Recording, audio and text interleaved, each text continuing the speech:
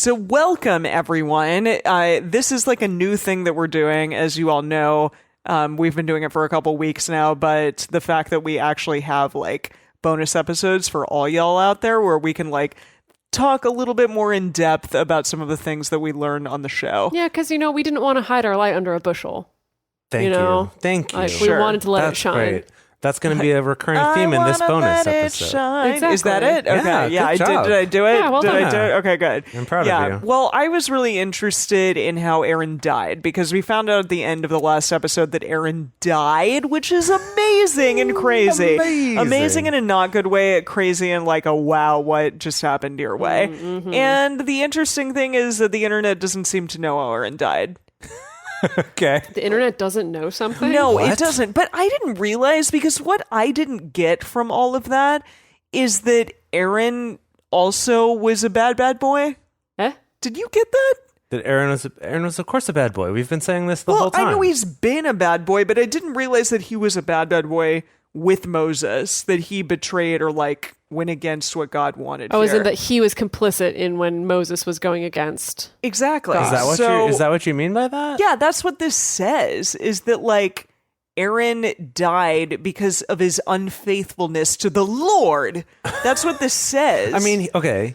In BibleWorld.net. To be fair, Aaron did do the whole golden calf thing. Yeah, He did a lot of things. He did the whole like grumbling about Moses and thinking that he and Miriam were also qualified to be special boys and girls. This says that Moses and Aaron gathered Israel before the rock, and Moses struck the rock twice with his staff. That's what we read. Wait a minute. What if Aaron didn't even know that Moses was going to strike the rock twice? What if he was like, if they both were like, okay, everyone, come on, like, come over here to this rock. And then all of a sudden, Moses just goes like, off the handle on the rock. And Aaron's like, shit, like, I didn't know that Moses was going to do that. And then Moses is the one who gets off. But unless this is what we're hearing. We don't know what they talked about behind the scenes. Maybe Moses came out and was like, let's talk to this rock. And Aaron's like, why don't you hit it? Moses is like, what are you talking about? I dare Yahweh you said to talk to it. I dare you. I dare you. He's like, fine. And he like taps it. And then Aaron's like, do it again. Whoa. Do it again. And then he hits it. Well, no, it says, so because you did not so the Lord apparently said, because you did not trust me enough to honor me as holy in the sight of the Israelites, you will not bring this community into the land I give them. Yeah. Yikes. I mean, that's what he said in what we just read. Yeah. So I don't know how he died. I'm assuming it's of exposure. There's nothing. They're just like, oh, he died. He like got his clothes taken off. Well, you also mentioned maybe he's just old and he just no. Dedeker anyway. said that. Oh. That's my theory. Because he wasn't specific about Yahweh killing him necessarily. I think it's just kind of like it's the end of your time, Aaron. Like, I'm not going to make it painful, but I will make it swift. Right. Moses and Aaron did not obey God in this situation, and so God judged them. This clearly shows us that God is a God whom we must obey. It's not enough to go through the motions of obedience or even to give outward obedience. God desires total and complete obedience. Those who do not obey God will be judged and punished, which is all of us. Mm-hmm. Mm-hmm. And then they talk about Jesus dying on the cross, so I can't get to that yet. Right. Okay. So the moral of the story is I did not find out how Aaron actually died, but I did find out that he died because he was a bad boy. Mm-hmm. He's been a bad boy. We've known that about him, though. He's been a bad boy. Yeah. Y'all want to learn about soap? I love learning about soap. We asked you a lot of questions during the episode. Did. And you're like, I'm not going to talk about it. Yes, you did. Yeah. So just so you know, soap making was documented as early as the 3rd millennium BC. Wow. BC. Wait, where are we? We're in the... That's a great question, actually. Yeah, where are we? Yeah. The 21st century. No, but in the Bible. Oh. That's what she meant by that. Yeah. That is what okay. See. Let me find this here. Let's quick. This is Numbers. What did we just read? Numbers 28, 18, 29. No, 18, 19, 20. Yes. Right. Okay. According to BibleHub.com, we're at like 1400-ish BC. Oh, yeah. So we're well beyond... and it was specifically documented in Babylon as well. Okay. That's which where is in the area. Yes, this is where we first see but a bunch of years before documented evidence of soap making or records of soap making being a thing. So soap's been around for over 1,000 years by the time this is being written. Yes. In this same part of the world. And one of the most important inventions made by man. Honestly. Wow. I mean, everything that I know about soap making is from Fight Club.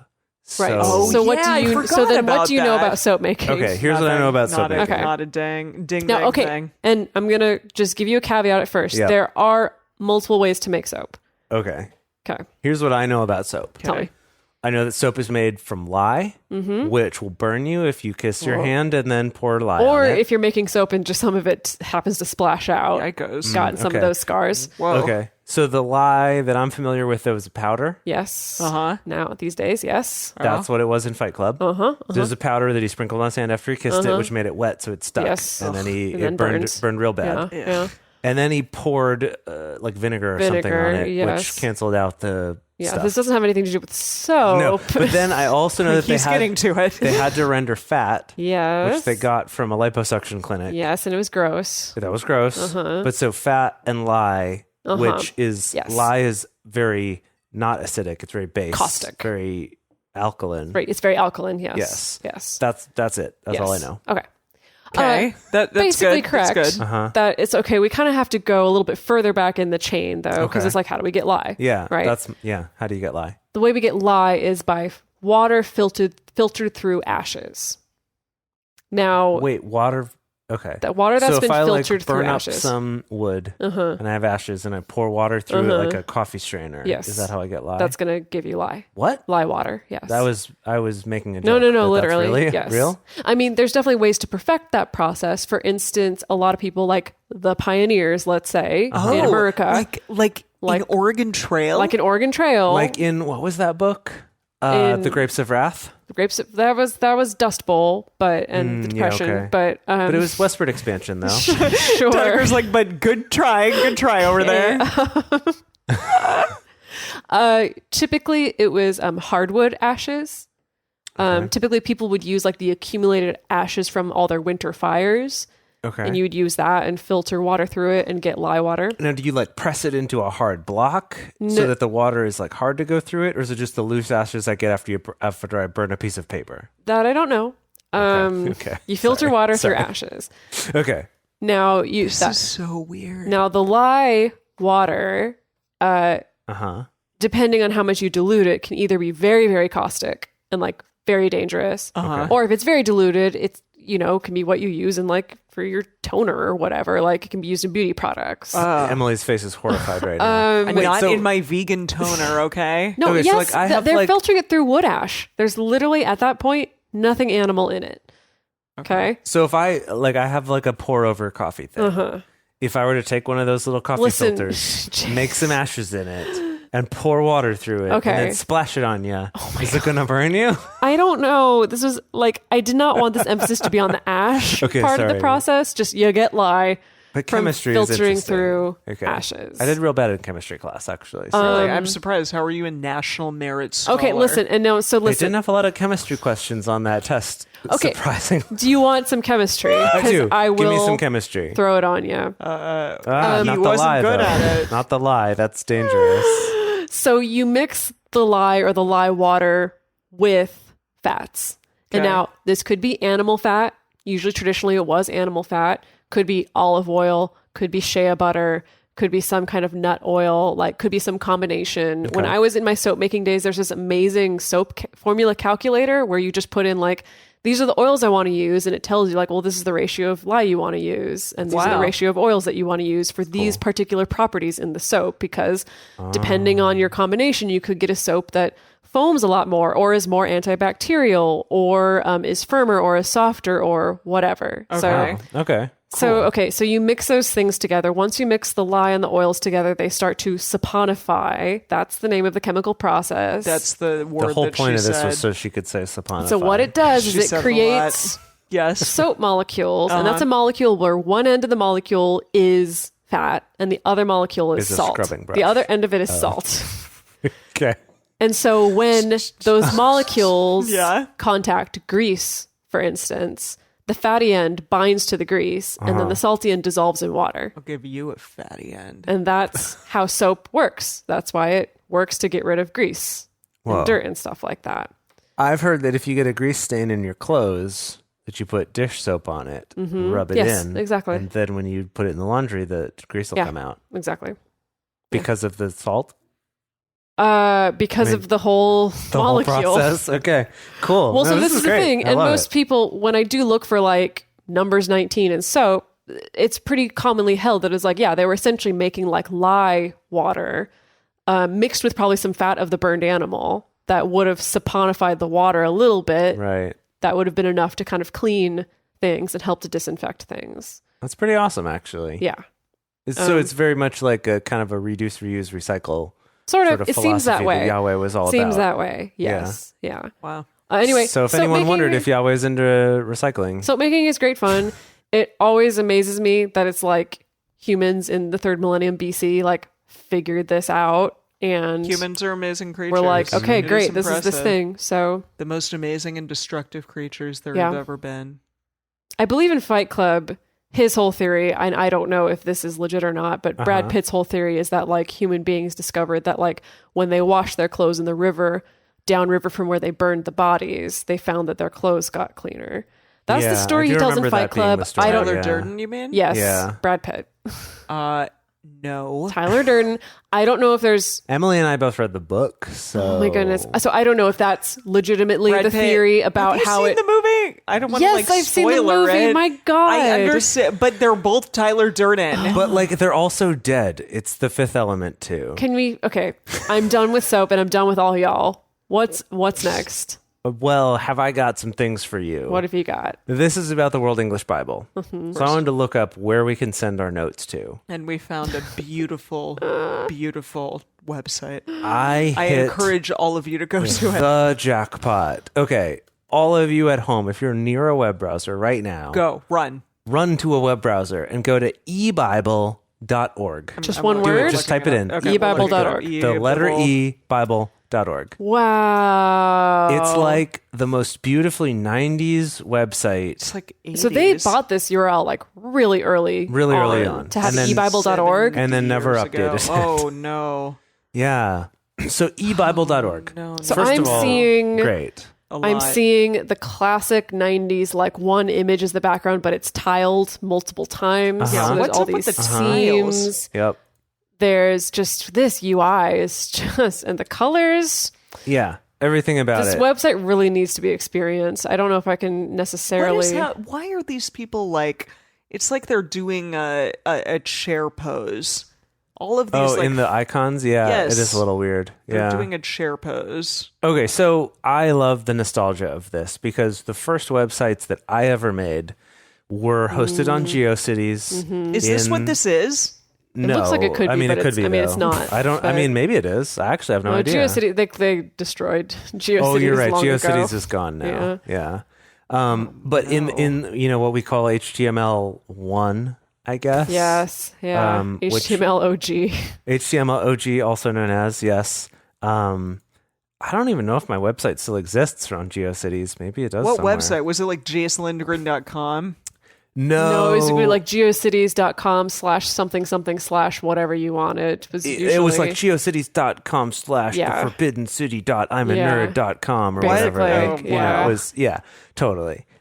Anyway, the reason why I've brought you all to this website, to this beautiful, beautiful website. What am I looking at here? Is that ebible.org is the ones who own the trademark for the World English Bible. Oh. So here's the deal about that. Okay. So the World English Bible, the translation itself is in the public domain. Okay. But the name World English Bible is trademarked by this dude who made this site.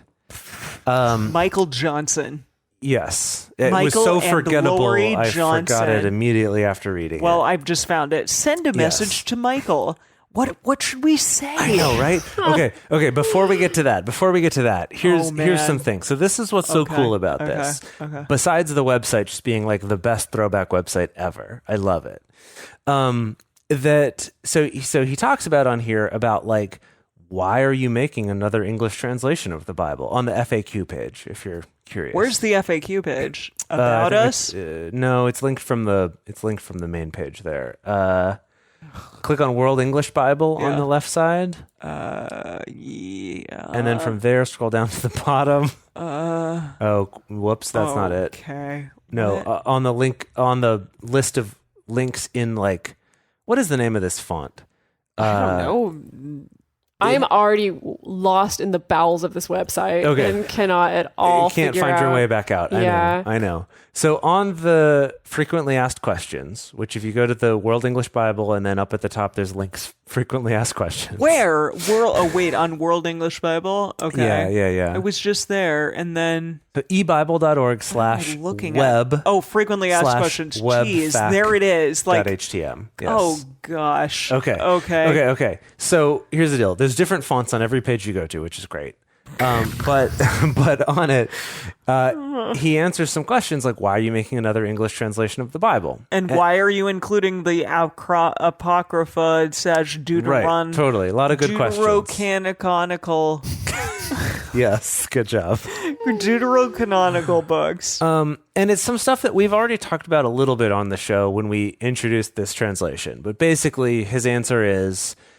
Why not? With Bible translations, you get two answers, right? Or you get two types of things. You either get an archaic translation, like the King James, the original King James, that's public domain, but is super archaic. Mm-hmm. Or you get something that's more readable, like the NIV, but is protected by copyright, is way more expensive to distribute. And he even gives the example of the what are they called? The ones who put the Bibles in the hotel rooms. Oh, the Gideons. The Gideons. The Gideon Bible. The reason why the Gideons use the original King James is because it's cheap. Yes. Because it's in the public domain, because it's hundreds of years old. Oh, right? Well, we didn't want to listen to that. And if you were to use something like the new King James, which seems like it would be the same, but it's not, because it's copyrighted and could cost tens of thousands of dollars to make copies which we don't have, and neither do a lot of the people wanting to distribute the good word around the world. Mm-hmm. So basically the deal is you can use this translation however you want. Okay. It's in the public domain, which is what we're doing. Okay. But the term, the World English Bible, if you are to change the translation significantly, you can't call it that anymore because that title is trademarked. Okay. So that's the catch, right? It's can I do whatever I want with it? Yes, but you can't still call it the World English Bible. Okay. If you change it. So if you translate it into another language, you can't still call it that, which would be weird to call it the World English Bible in Spanish anyway, right? So that would be a strange thing to do. Anyway, it's I love this. But what's great is there's this guy, Michael Paul Johnson, the man of 3 first names. I've already got his personal mailing address. So he's got a PO box here. He's got a phone number. Yeah, I got the phone number. I got his Skype number, his Google Voice number. No, we gotta have him on the show. Bear in mind, this is not us doxing someone. This information is out there publicly. He's got it on the site. He's got it on his own website. We got it. And I do. Let me clarify this to our listeners here. I love this. Okay, the stuff that he writes on his site is very, very Christian in the way that it's written, in terms of his idea behind it. He has a thing about the web translation philosophy. The first thing is it has to be done with prayer. Oh boy. Right? Which I'm I love it. It's great. If that's what you believe, I love it. I just want to be very clear. I think it's super cool that this guy is organizing this project. No, I get you. It's admirable for sure. I love this. I actually am planning to donate to him. Oh, okay. Wow. He has a link here. Donating to Michael and Lori Johnson. Yeah, which you can Drunk click. Bible Study can donate to him. Yeah, exactly. I love that, actually. Yeah. He's got conviction for sure. I love it. I love it. Totally. I love it too that it's donate to Michael. What's his name? Michael Johnson. Wait a minute. Michael and Lori Johnson's commission is our mission webpage. The Great Commission is our mission. That's actually not as bad. Yeah, it's kind of a much better website. Then they made a website in the early 2000s. Right. Is what it looks like. Right. So the Great Commission we'll get to it many years from now, but it's about spreading the word, basically. And is this a thing that we're going to talk about later? Yes. Oh, probably. Yes. Is that what evangelicalism evangelism. Is that what it is? Yeah. That's part of it, right? This I think it comes from Luke. But anyway, it's about, or maybe Isaiah. Anyway, not Paul. It's from various things. Not Paul. But it's about spreading the word. And so part of his thing is like, let's make this affordable and free for people to spread the word right around the world. I love it. Here's what's confusing to me, though, is that you click on his site that says donating to Michael and Lori Johnson. Yeah. I'm like, who's Lori Johnson? I've never heard of this person. All this site's been about Michael Jordan Johnson, whatever his name is. Yeah. And then I go to the site and it says Johnson, Michael, and Lori. And there's a third person in this picture here that I can donate to. Oh. And I'm very confused about. Oh. Maybe why. They need to be on our other podcast. Maybe they do. No, but see, the picture I found has 1, 2, 3, 4, 5 people and a child. Oh. So, well, maybe they need That's interesting too. No, honestly, this looks like the picture I'm looking at is it looks like him, his wife, and their 4 children, or maybe their 3 children and their grandchild is what it looks like to me. So, but anyway, there's a lot of birds in this picture, and I don't quite know what's going on. But you can donate here. I'm planning to do it. Honestly, like if those of you listening want to do it too, that's great. Or if you just want to support our show so we can support them, that's great too. Yeah. I love it. Anyway, but they do have information, so we can send our notes. Oh boy. Ooh. Which I'm not joking about. Ooh, if y'all want to take on that labor, more power to you. Yeah. I might maybe each episode we start by like copying and pasting the text into like a Google Doc. Yeah. Where we can make revisions and suggestions. I think that's a good idea. And then every week we email it to this poor man who's leading up this project. Because he even says here, okay, let me see if I can find this here. Oh boy, where was it? I don't know. There was a thing about like who can contribute to this. And he was like, we don't ask for any qualifications from people who write in with suggestions. Wait. And I'm like, perfect. Great. That's us. us. Well, we have qualifications. I mean, we speak do English. This show. We do this show have any kind every of copy week. Editing qualifications. I don't know. You've written a book. Is that we're committed to reading this entire manuscript. Yeah. So. Well, that's more than a lot of people can say. That's true. That's fair. Yeah. That's fair. Yeah. So anyway, I'm hoping we can become sort of patrons, if you will. Patrons of the World English Bible in the same way that I hope many of you become patrons of this show. Yes. Right. It's sort of patronception. Oh, yeah. If you will. It's kind of like that tithing thing where it's like the money that you give to us, will pass on to the World English Bible. Comfort and joy. Comfort and joy. Yes. What is that song? God rest you, merry gentlemen? Yes. Wow. Glad I pulled Tithings of that one comfort out. and joy. Well, anyway, so he will be the Aaron to our Levites. Mm-hmm. Let's hope that he doesn't have the same fate as the real Aaron. Yeah. Let's hope. Yes. Well, we're looking forward to maybe donating to him, to talking to him, to maybe having him on the show at some point. He and that would be cool. That'll be Lori and good old Lori. So we'll see eventually. But we'll talk to you all next week. Can't wait to see you then.